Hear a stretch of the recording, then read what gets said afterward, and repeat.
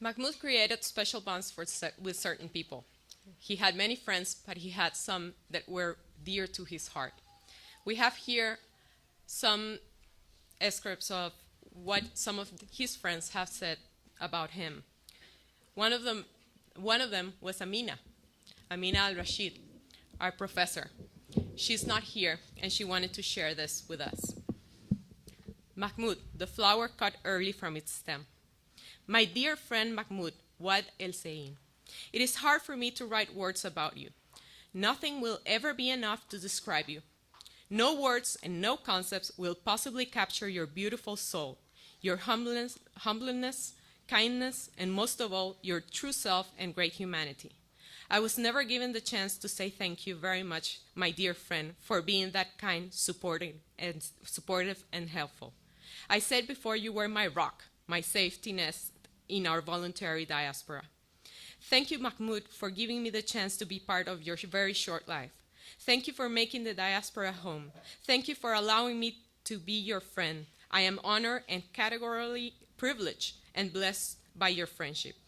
You are diligent, thoughtful, and highly intellectual. Many of our mutual friends wrote many words about you.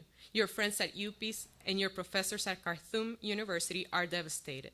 Professor Taiser Mohamed, Professor Abdel Galil are lost for words. You are so sensitive and kind. The split of Sudan hit you hard, while you never gave up your dreams for a new Sudan that accommodates all. The diaspora space welcomed you with open arms. Too soon, my friend. You are the open light. Ah, what a harsh wall, when rising in the face of sunrise. Perhaps we spent all our lives attempting to open a venue, to pass the light for generations once more. Maybe if it is not for that wall, we will never know the value of the open light. Wad El Sein, you are a truly intelligent and a brilliant teacher and student. You are often obsessed with politics, the Nile, and Wad Hamid, your hometown. You are full of dreams of social justice, the justice you were deprived from the system of our homeland. Your students in Sudan remember you as a brilliant teacher and devoted human being who searched for peace and justice for all.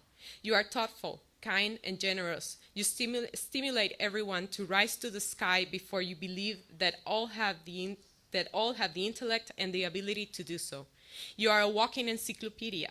You tell the history of Sudan, its water, its struggle, as you lived and as you loved it. You will be missed by all. And as for your friends, colleagues, and students at UPIS, they carry you in their hearts, and they took care of you, and they were so devastated by your loss. You will not be forgotten, our solace that you left us while you were doing what you loved most, teaching. You were a great teacher, but my friend, you were as well a terrible cook. No matter how we tried, I and other Sudanese visiting friends to teach you to make us one decent Sudanese meal, you failed, my friend. We will remember your laughter when we told you our verdict on your cooking. There is no more space in your heart for that. You were full of knowledge of the history of the Nile, the struggle and the politics of our land. You knew that well. The Nile will miss you, and I will miss you dearly. Thank you, Mahmoud. Rest in peace. Your friend, Aminita.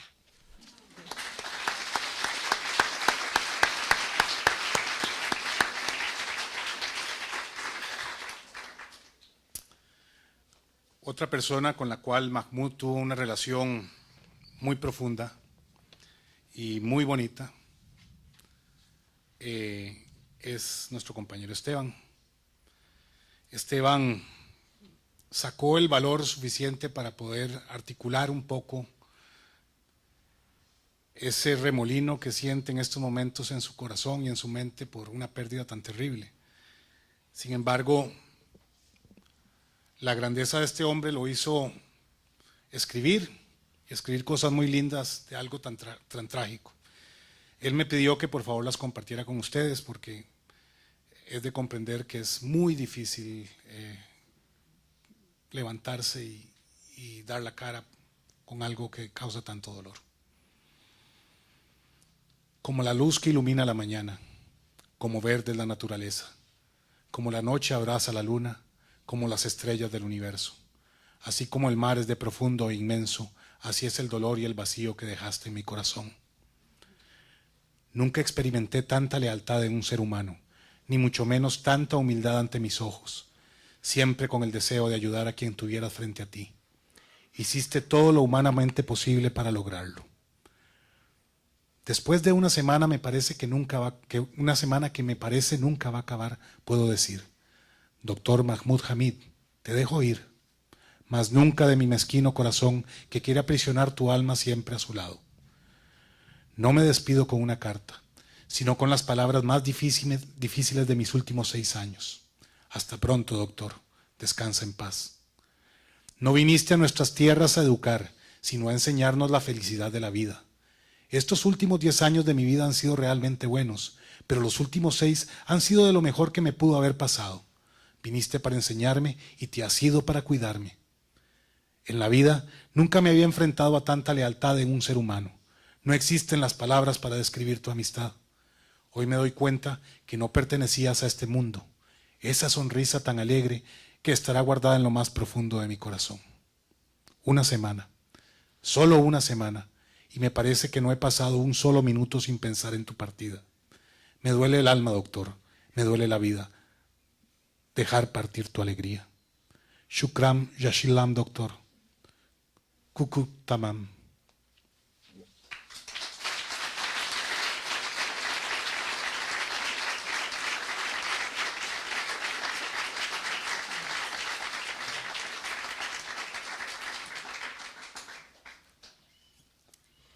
We would now like to open the space for anyone that would like to say a few words right now. So if anyone right now would like to... Si alguien quiere compartir el micrófono, adelante, por favor. Eso sí, tratemos de no ser muy extensos, porque si hay mucha gente, gracias. Well, I cannot add anything to all the beautiful things that have been said about Mahmoud. But since we are being told not to grieve, not to mourn, but to celebrate life, how about remember everything that Mahmoud did and take it as a model? Let's start by smiling. Let's start by researching. Let's continue with good teaching. Being kind to people. You can never be kind enough. Let's try to not only teach academics, but also teach about your life and what you can offer people. And then smile a little bit more. Thank you.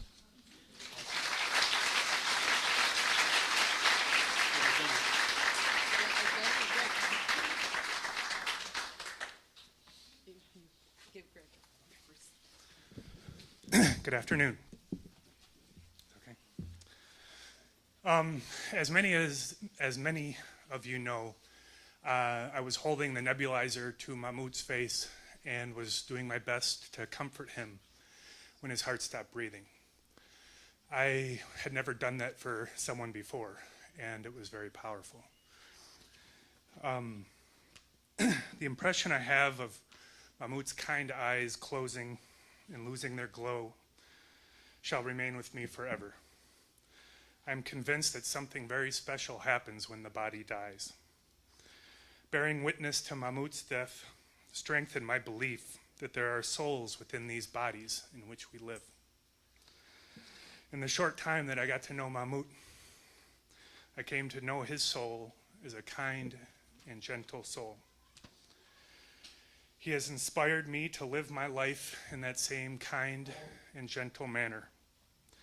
He has inspired me to listen more than talk, to smile more than frown, to give more than take, to ask questions more than give answers, to live passionately so I may die peacefully.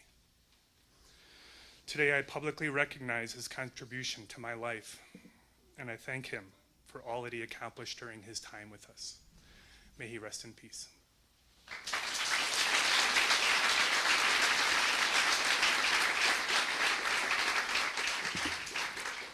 It is with a heavy heart that I mourn the death of our beloved friend and colleague Mahmoud Hamid from Sudan. And first of all, I'd like to extend all my wishes to his family and his friends in the state of North Kordofan in Sudan, also on behalf of my classmates from the graduating class 2 years ago.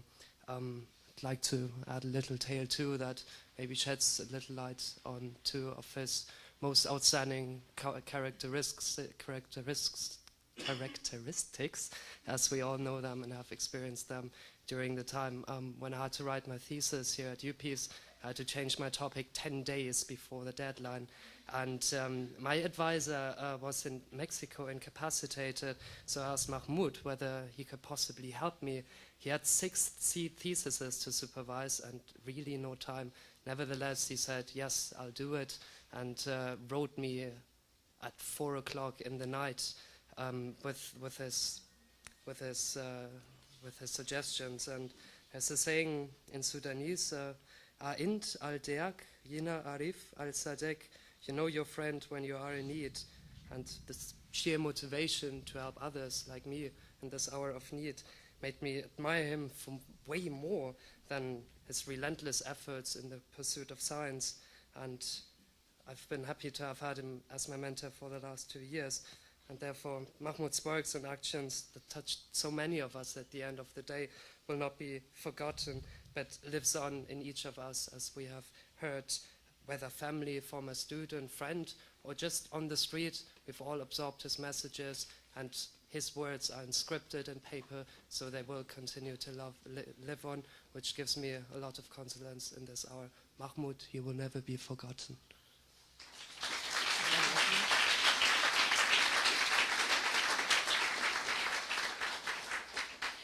We're passing along a small glass with fruit juice that we would like you to hold on, because we will finish our tribute with a special thank you for him. So please hold on to that. Also, I would like to share one message that was sent to us by one of his former classmates in ISS.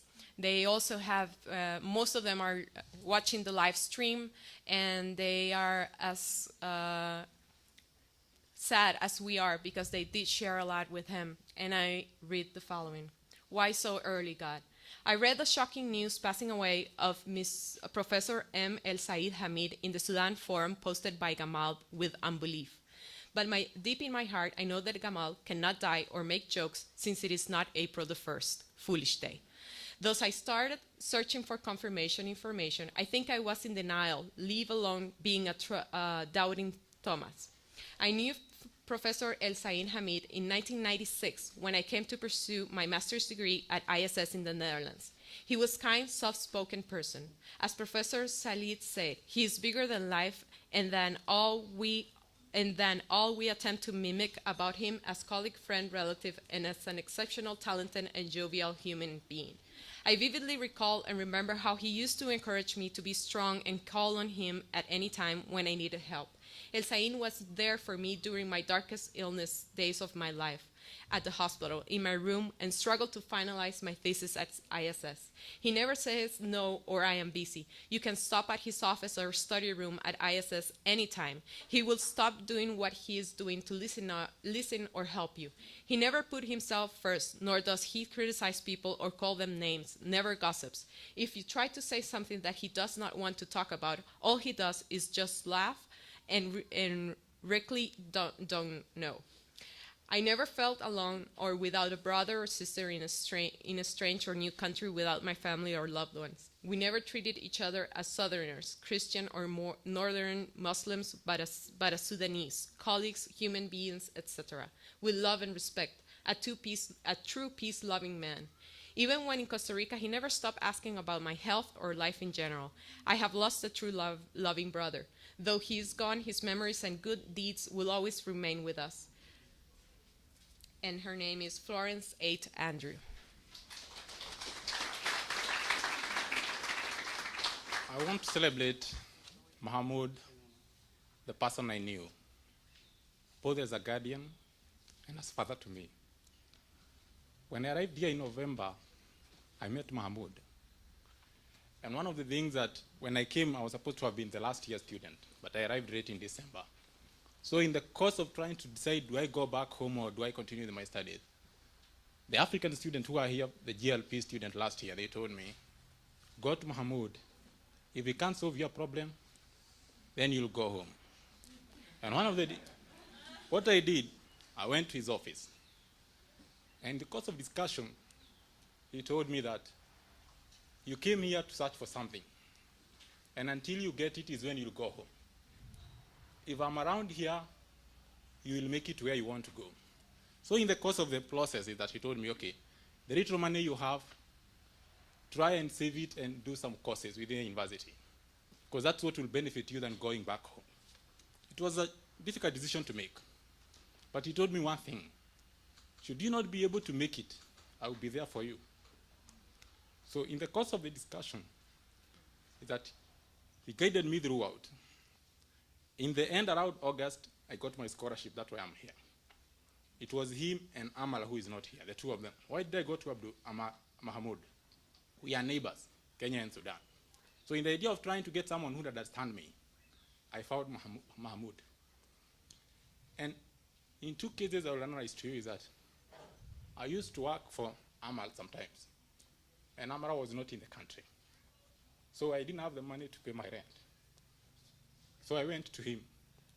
And what he told me is that I'll give you the money to pay your rent. When I requested him to give me the money to pay the rent, he told me I'll give you. I don't have it in my pocket, but by the end of the day, I'll give you, and I'll call you whenever you'll be to give. And we met in the evening that day, and he gave me the money. But my promise to him was I'll pay you when I get the money from what I worked for. The following week, when I went to him to pay him back the money, he told me, you can't pay me because I gave you because I had, and you didn't have. You don't owe me anything. That was the Mahmoud that I knew. The other person that I met in my cause, in the chances that I have that most of us will miss, and I'm talking about a student of 2012, is a very brilliant person who had the ability to simplify very complex issues that you would understand what he was teaching. In August, and all of you know, we had the student from Bakra University in America. Most of them were between the ages of 19 to 23. They are not as most of us who are mature. You have gone through your courses, you understand what environmental security is. And in the course of the teaching between 2 weeks, there were different lecturers. I'm not saying that others were good, others were bad. But these students could not relate the issues that most of us can relate about environmental security, conflict, and everything. So this Mahmoud comes to the class with his usual slides, well prepared. And you look at a statement, you can't understand it. But in the course of the teaching, and usually happens to most of us who have been in Hamid class, is that he teaches you at the beginning of the lecture, you are making notes. But halfway the lecture, you are not making notes. You're just looking at him. But by the end, you remember everything from the time you stopped making notes. That's a brilliant person who had the ability to capture the imagination and the mind of 40 students who are between the age of 19 and 40. And we used to have 3 hours of lecture that we did around 12. Through the 2 lectures that he did to those students, it spilled over to 12:45. And the student wanted to continue. So my remembrance is that we have wrote someone that we might not be able to replace. We might, but the only thing we can do is that we might have to remember him through his teaching. And they say, good people never live long. At 48, Mahmoud has done beyond his time.